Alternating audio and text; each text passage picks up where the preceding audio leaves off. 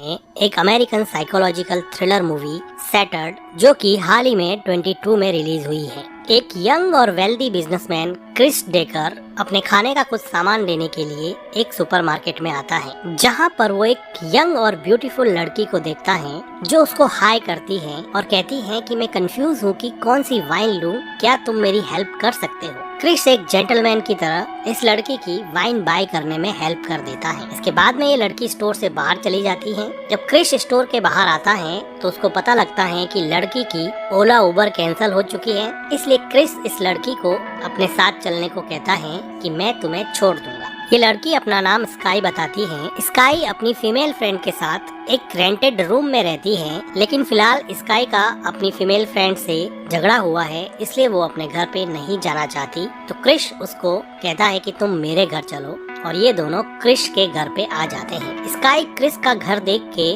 Surprise हो जाती है, क्योंकि इतना बड़ा घर उसने कभी नहीं देखा था। तो वो क्रिस को पूछती है कि तुम ऐसा क्या करते हो। तो क्रिस बताता है कि वो एक सॉफ्टवेयर इंजीनियर है और उसने अभी एक होम सेफ्टी के लिए एप्लीकेशन बनाई है, जिसको उसने गूगल को भेज दिया है, जिसकी वजह से अब वो एक टेक मिलेनियर बन गया है। इसके बाद में ये दोनों काफी बातें करते हैं, वाइन पीते हैं, और बातों ही बातों में इन दोनों के बीच में इंटीमेसी बढ़ जाती है और ये दोनों एक दूसरे को किस करने लग जाते हैं, और फिर बाद में ये दोनों इंटीमेट भी होते हैं। अगली सुबह स्काई क्रिस के उठने से पहले ही अपने अपार्टमेंट में चली जाती है, जहाँ पर उसकी रूममेट लीजा उस पे बहुत चिल्लाती है और कहती है कि मैं कल बीमार थी और तुम कल रात को यहाँ पे आई भी नहीं। लेकिन स्काई इन बातों को इग्नोर करके बेडरूम में चली जाती है और वहाँ पर कुछ सोचने लग जाती है। ऐसा लग रहा था कि वो कुछ प्लान कर रही है। क्रिस के घर पे कोई नहीं होता, क्योंकि उसकी वाइफ से उसका डिवोर्स होने वाला होता है, तो उसकी वाइफ और उसकी बेटी अलग ही रहते हैं। एक दिन क्रिस ड्रिंक करने के लिए एक रेस्टोरेंट में आता है, तो सरप्राइजिंगली उसको वहाँ पे स्काई मिलती है, जो कि वहाँ पर ड्रिंक सर्व कर रही थी। क्रिस उसको बताता है कि वो स्काई से सिर्फ इसलिए इंटीमेट हुआ क्योंकि उसकी वाइफ के साथ उसका डिवोर्स होने वाला है, लेकिन स्काई को इस बात से कोई फर्क नहीं पड़ा। इसके बाद में ये रेस्टोरेंट के बाहर जाते हैं तो वो देखते हैं कि एक लड़का उसकी कार के विंडो के ग्लास को तोड़ने वाला होता है। तो क्रिस उसको रोकता है, लेकिन ये लड़का क्रिस पर ही अटैक कर देता है और क्रोबार से पैर पे मार मार के उसकी टांग तोड़ देता है, और उसके बाद में यहाँ से भाग जाता है। क्रिस के पैर पे प्लास्टर चढ़ता है और स्काई क्रिस को उसके घर पे लेके आती है। क्रिस अब सही से चल भी नहीं पा रहा था, तो उसको एक प्राइवेट नर्स की जरूरत थी। तो इस पर स्काई कहती है कि तुम्हें क्या नर्स की जरूरत है, मैं हूँ ना तुम्हारी नर्स।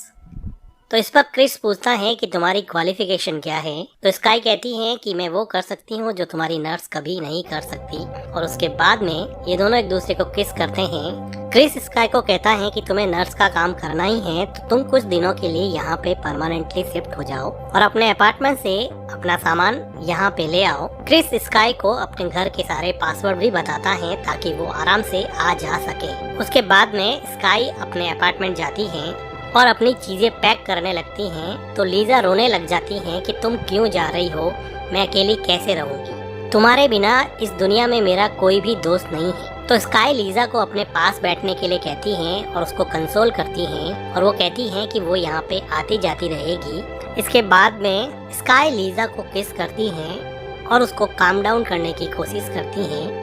स्काई अब क्रिस के घर में शिफ्ट हो जाती हैं और वो दोनों मिलके काफी रोमांटिक मोमेंट शेयर करते हैं। यहाँ पर स्काई का जादू कुछ ऐसा चला कि वो अपनी बेटी और वाइफ को लगभग भूल सा गया था। कुछ दिनों के बाद में स्काई का लैंडलॉर्ड जब लीजा से रेंट मांगने जाता है, तो वो देखता है कि लीजा मरी पड़ी है और बाथटब में उसके दोनों हाथ कटे हुए होते हैं। फिर वहाँ पे पुलिस आती है, तो लैंडलॉर्ड बताता है कि इस लड़की ने सुसाइड किया है क्योंकि इसकी फीमेल फ्रेंड स्काई इसको छोड़ के चली गई थी, और लीजा फिर डिप्रेशन में चली गई और उसने सुसाइड कर लिया। लेकिन पुलिस वाला कहता है कि हमारे डेटाबेस में स्काई नाम की कोई भी लड़की नहीं है, जिससे लैंडलॉर्ड रोनाल्ड अब कंफ्यूज हो जाता है कि स्काई एक्चुअली में है कौन। इधर क्रिस को अपनी वाइफ जेमी का वीडियो कॉल आता है और वो डिवोर्स पेपर पे साइन करने के लिए बोलती है, लेकिन क्रिस कहता है कि मुझे अभी लेग इंजरी हुई है, तो अभी मैं डिवोर्स पेपर साइन नहीं कर सकता। लेग इंजरी को देख के जेमी थोड़ी कंसर्न हो जाती है और वो कहती है कि मैं विलो को लेके आऊंगी और तुमसे जल्द ही मिलूंगी। इसके बाद में क्रिस देखता है कि स्काई शॉवर ले रही है, तो वो स्काई के बैग में चुपके से देखता है और उसको एक फोटो मिलता है जिसमें वो लीजा के साथ खड़ी होती है। लेकिन तभी स्काई बाथरूम से बाहर आ जाती है और वो उसको बैग में ये सब चीजें चेक करते हुए देख लेती हैं। अब कोई ऑप्शन नहीं देख के क्रिस कन्फेस कर देता है कि उसने आउट ऑफ क्यूरियोसिटी उसका बैग चेक किया और उस पर डाउट किया। लेकिन स्काई कहती है कि तुम्हारी जगह अगर मैं भी होती तो यही करती और तुम इस बात की कोई टेंशन नहीं लो, और वो अपना टॉवेल क्रिस के ऊपर फेंक देती हैं। फिर क्या होना था, ये दोनों फिर से पैशनेटली इंटीमेट होते हैं। नेक्स्ट मॉर्निंग स्काई क्रिस का फोन लेके जब वो सो रहा होता है तो उसके फोन का फेस लॉक खोलती है और फोन को बाहर ले जाती है। क्रिस उठता है और अपने फोन को ढूंढने लगता है। काफी देर तक क्रिस को अपना फोन नहीं मिलता है। वो देखता है कि उसका टैबलेट और दूसरी डिवाइसेस भी वर्क नहीं कर रही है। तभी क्रिस टीवी पे न्यूज सुनता है कि लीसा की बाथटब में मर्डर या सुसाइड की वजह से मौत हो गई है। क्रिस इंस्टेंटली पहचान जाता है कि ये लड़की स्काई की रूममेट है। तभी स्काई मार्केट से अपना ब्रेकफास्ट लेके वापस आती है तो क्रिस उसको लीजा की डेथ के बारे में पूछता है और कहता है कि तुम्हें पुलिस के पास जाना चाहिए क्योंकि वो तुम्हारी रूममेट थी और तुम्हारे पास जो भी इन्फॉर्मेशन है पुलिस को जाके बता दो। लेकिन स्काई बड़े आराम से अपना चिकन खाते हुए एडमिट करती है कि लीसा को उसी ने मारा है।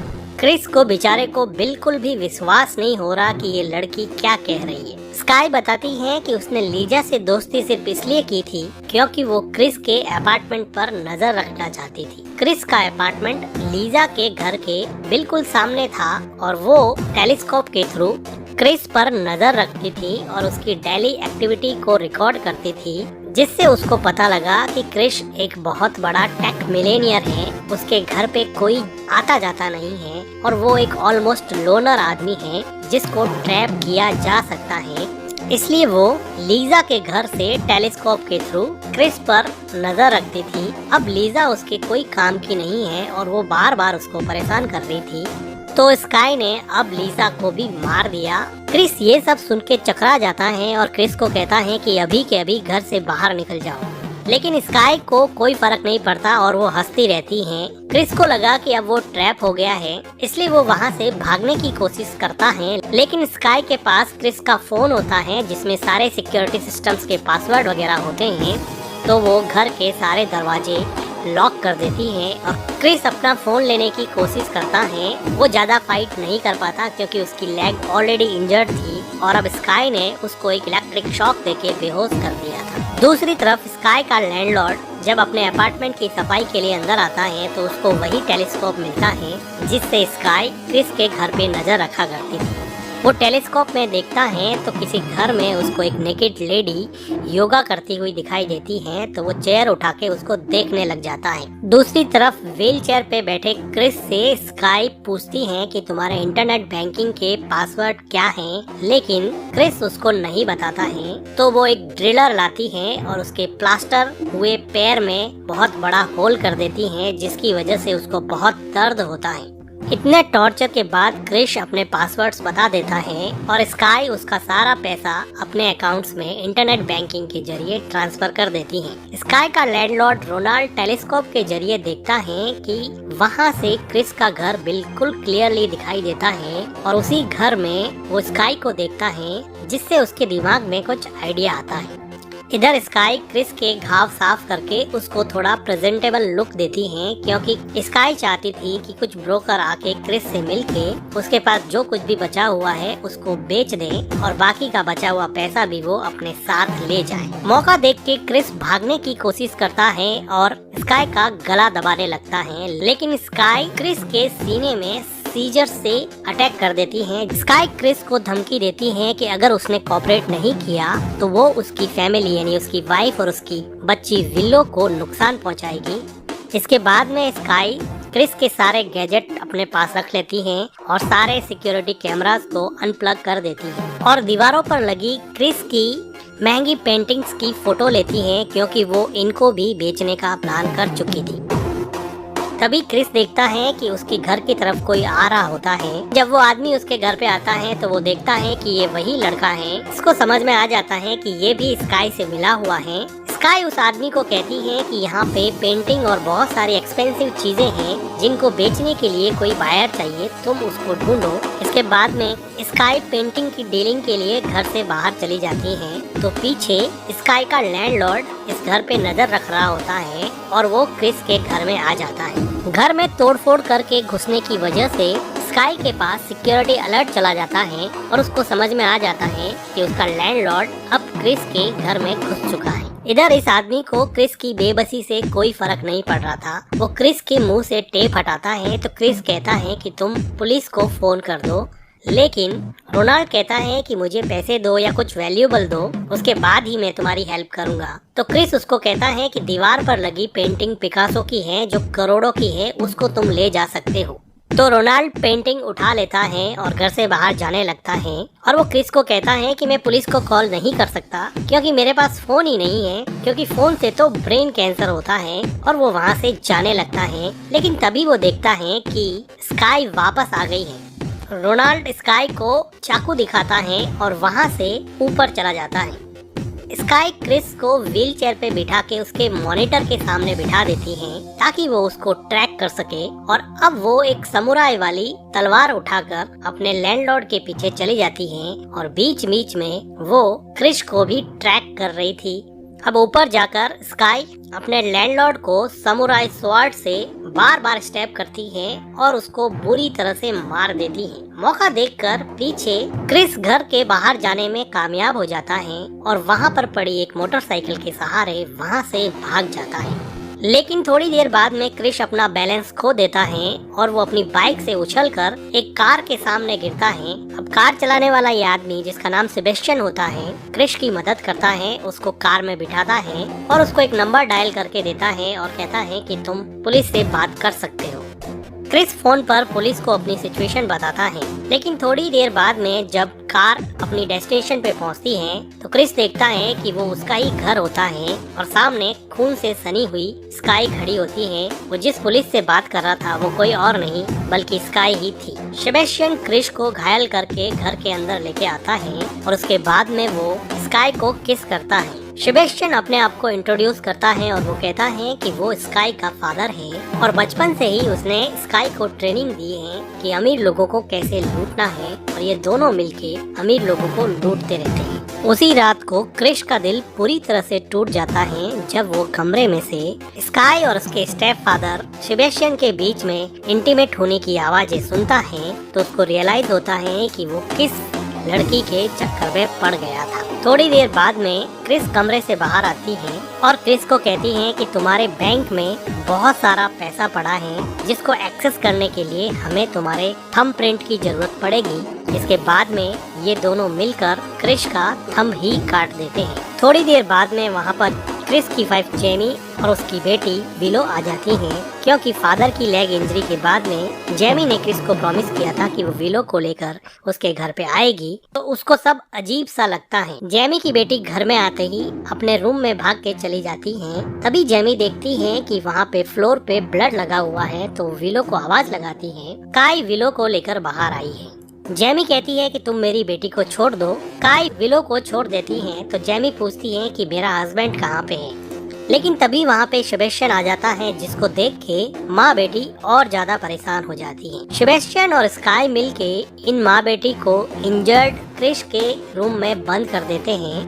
क्रिस अपनी बेटी से मिलके बहुत रोता है और माहौल काफी इमोशनल हो जाता है। इधर सेबेस्टियन क्रिस के टूटे हुए अंगूठे को अपने अंगूठे पर चिपकाता है और बैंक से सेबेस्टियन का बियरर फंड निकालने के लिए ये दोनों चले जाते हैं। बैंक जाके ये लोग वॉल्ट ऑफिसर से मिलते हैं, तो वो वॉल्ट ऑफिसर को बताता है कि मेरे हाथ में चोट लगी है, लेकिन सेबेस्टियन क्रिस के टूटे हुए अंगूठे को वहाँ पे सक्सेसफुली यूज कर लेता है। दूसरी तरफ एक कमरे में बंद क्रिस और उसकी फैमिली परेशान हो रहे थे कि बाहर कैसे निकले। तभी वो देखते हैं कि वहाँ पर एक वेंटिलेटर लगा हुआ है। विलो वेंटिलेटर से हेल्प लाने के लिए बाहर जाती है, तो जेमी क्रिस को पूछती है कि वो लोग कहाँ गए हैं, तो क्रिस बताता है कि वो बैंक में बियरर बॉन्ड को लाने के लिए गए हैं। लेकिन जेमी कहती है कि बियरर बॉन्ड तो मैं ऑलरेडी ला चुकी हूँ, वहाँ पर अभी कुछ भी नहीं है। तो क्रिस पूछता है कि तुमने ऐसा क्यों किया, तो जेमी बताती है कि उसके वकील ने उसको एडवाइस दी थी कि अगर तुम्हारा डिवोर्स होगा तो ये बॉन्ड पेपर तुम्हारे काम आएंगे। सेबेस्टियन और स्काई जब वॉल्ट खोलते हैं तो वहाँ पर सिर्फ एक नोट लिखा हुआ मिला था जो कि जेमी ने अपने हस्बैंड के लिए छोड़ा था कि मैं यहाँ से बॉन्ड पेपर निकाल रही हूँ मेरे वकील की एडवाइस पर। अब ये देखकर सेबेस्टियन और स्काई बहुत गुस्सा हो जाते हैं और तेजी से घर की तरफ ड्राइव करते हैं और वो मोबाइल पे देखते हैं कि विलो ऑलरेडी लॉक्ड रूम से बाहर निकल चुकी हैं। विलो अब डोर पे जाके सिक्योरिटी कोड लगाने वाली होती हैं। तभी वहाँ पर सेबेस्टियन और स्काई आ जाते हैं, लेकिन तब तक विलो ने अपने आप को एक कमरे में छुपा लिया था। सेबेस्टियन और स्काई दोनों स्प्लिट हो जाते हैं और घर को सर्च करने लगते हैं, लेकिन तभी क्रिस एक वेपन से सेबेस्टियन पर अटैक कर देता है, लेकिन सेबेस्टियन उसको ओवरपावर करके बहुत मारता है। स्काई गन पॉइंट पर पूछती है कि जेमी कहाँ पे है। इधर सेबेस्टियन स्काई को क्रिस को शूट करने को कहता है तो स्काई थोड़ी कंफ्यूज हो जाती है। सेबेस्टियन बार बार उसको कहता है कि शूट कर दो। अब सेबेस्टियन स्काई को बार बार गाली बोल के कहता है कि शूट कर दे। इसी इरिटेशन और कंफ्यूजन में स्काई अपने स्टेप फादर को ही शूट कर देती है। स्काई को समझ में नहीं आता कि उसने ये क्या कर दिया। मौका देख के क्रिस स्काई पे उस वेपन से अटैक कर देता है और वो फोन जो सेबेस्टियन के हाथ से छूट गया था लेकर भागता है। अब स्काई उस वेपन और गन के साथ क्रिस और जेमी के पीछे पड़ जाती है। क्रिस अपने फोन के थ्रू घर में लाउड म्यूजिक बजा देता है और घर की लाइट्स ऑफ कर लेता है और अपनी ऐप के थ्रू उसको हीट मैप से ट्रैक करता है। स्काई के पास कोई रास्ता नहीं बचा था। वो अंधेरे में ऐसे ही गोलियां चलाने लगती हैं तो पीछे से क्रिस उस पे अटैक कर देता है, लेकिन स्काई अपने वेपन से क्रिस के चेस्ट पे अटैक करती है। स्काई क्रिस पर दोबारा अटैक करने वाली होती हैं, तभी पीछे से जेमी आ जाती हैं और दोनों लेडीज में बहुत फाइट होती है। थोड़ी फाइट के बाद में स्काई जेमी की लेग को उस वेपन से बहुत बुरी तरह से इंजर कर देती है। स्काई फाइनली क्रिस और जेमी को उस वेपन से मारने वाली होती हैं, तो पीछे से सरप्राइजिंगली विलो स्काई पे गन फायर कर देती है। जेमी दौड़कर अपनी बेटी को गले लगा देती है। स्काई मरते टाइम कहती है मार्गरेट, जो कि उसका असली नाम था। इसके बाद में पुलिस और एम्बुलेंस के सायरन बजते हैं जो कि घर की तरफ बढ़ रहे थे, जो अब आके इन लोगों को सेव करते हैं। और इसी के साथ ये मूवी एंड हो जाती है। मूवी का एक्सप्लेनेशन अगर आपको अच्छा लगा हो तो वीडियो को लाइक कीजिएगा, हमारे चैनल को सब्सक्राइब कीजिए and thank you for watching.